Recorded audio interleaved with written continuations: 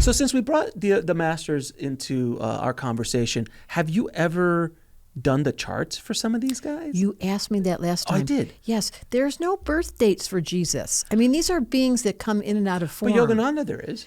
And I do know that I don't know his chart, but Yeah. I would be interested in it. I think the important part is when you reach this level of consciousness, there's such a high level that the human condition doesn't apply quite the same. No, of and course that is the goal of a next level soul is, can I keep evolving my soul so that I don't get captured by my human nature, which is so sticky and so dramatic and so stubborn, and it keeps repeating itself. For these guys, why I love being in the presence of or meditating or having that picture in my house is I hitchhike. I pretend I'm them. Like, what would it be like if I reached a level of consciousness where my chart wasn't the dictating force, but rather it was just a simple suggestion? Because most of us, honestly, are controlled by our chart.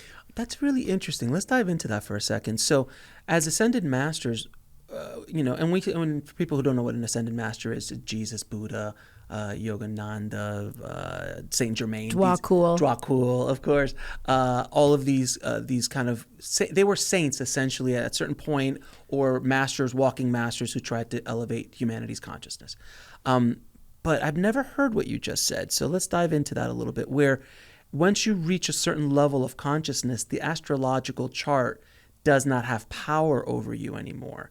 Before then, it really does dictate your life. It's just what it is. Like in 2025, if your chart is you're going to get married, or you're going to have a big shift in a job, or have a child, or it's going to do it. It's been written in the stars. It's been written in the stars, regardless. But when you become a walking master, you elevate your consciousness to a place where you can dance between the other side and this side. You understand. You kind of and I always use this reference because it's the best reference I can come up with, is Neo from The Matrix.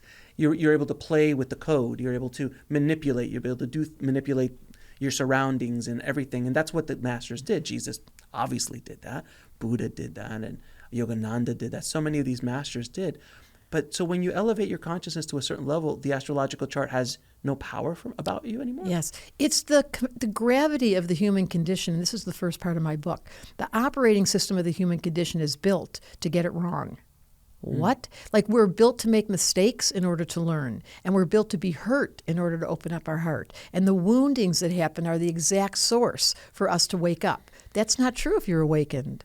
So there's a slippery slope. The human just keeps on doing the drama. It's very addicting, and it's compelling. And we watch every movie and every song and every Spanish poem. novella. Oh, my God. It's just like we can't help ourselves. And it is really, truly. Well, that's why we're here. Exactly my point. The human condition is delicious because of that. When you reach, and I'm just speculating, so let's just start there. As you reach higher levels of consciousness, the drama gets quieter. Oh, yeah, of course. And this is why for aging people, which is what I am, even though you can't tell by looking, you're less social, you're less concerned what people think about you, you feel less compelled to achieve, the ambition softens, the feeling that you have to do something inappropriate, you're not doing that inappropriate, like you drop all those conditions as you evolve. So think about it as young being, awkward, teenager, doing the stupidest things, taking the car, doing drugs, promiscuity, all of that activity of a youthful being is the human condition. And then as it evolves, it becomes the image we have when we think about Jesus or Buddha or Dwakul or Yogananda. Like, we see those beings and they have the silly little grin on their face. They do. You feel like they ate the canary, however it goes. There's something about them that they got the code and they broke down this unbelievable drama. But for the rest of us, it's addicting and it's compelling. And it's stubborn. It keeps repeating itself. And that's what the book is about. Every personality type has repetitive patterns that keep reoccurring. And at first, you don't know it. You just get bugged by yourself. And at the beginning of the book, I talk about that. The book you're speaking of is I Don't Believe in Astrology. That is the funniest title.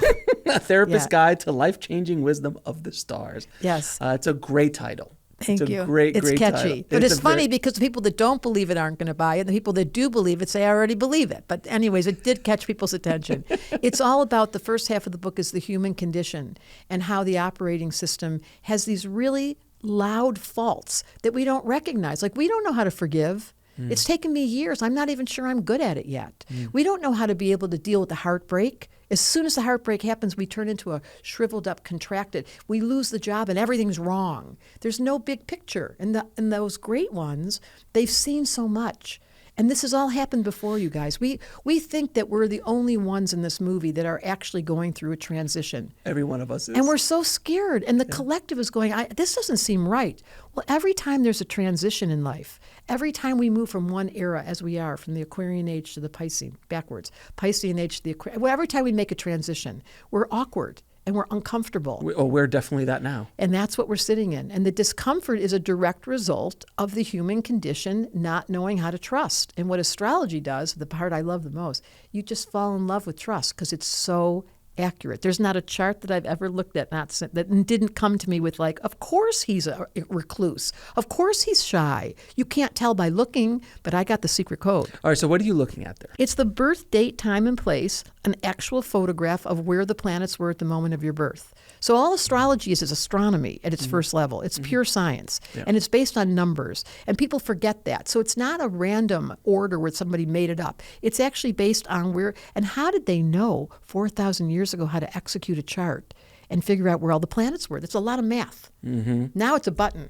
Right. But years ago, including in my lifetime, it was hours and hours of mathematical calculation. That's a different conversation. How did they figure it out? But meanwhile, I'm looking at a chart that gives me the clue about what the file in that little category, in that Akashic Records, they have Alex Ferrari. They pull out the file, up comes your chart, and they go, oh, this lifetime he's going to be passionate about wanting to help the people learn about spirituality. And he likes the really deep, oh, look, he loves death and near-death experiences. Oh, look, he loves mediums. Oh, this guy, we got him.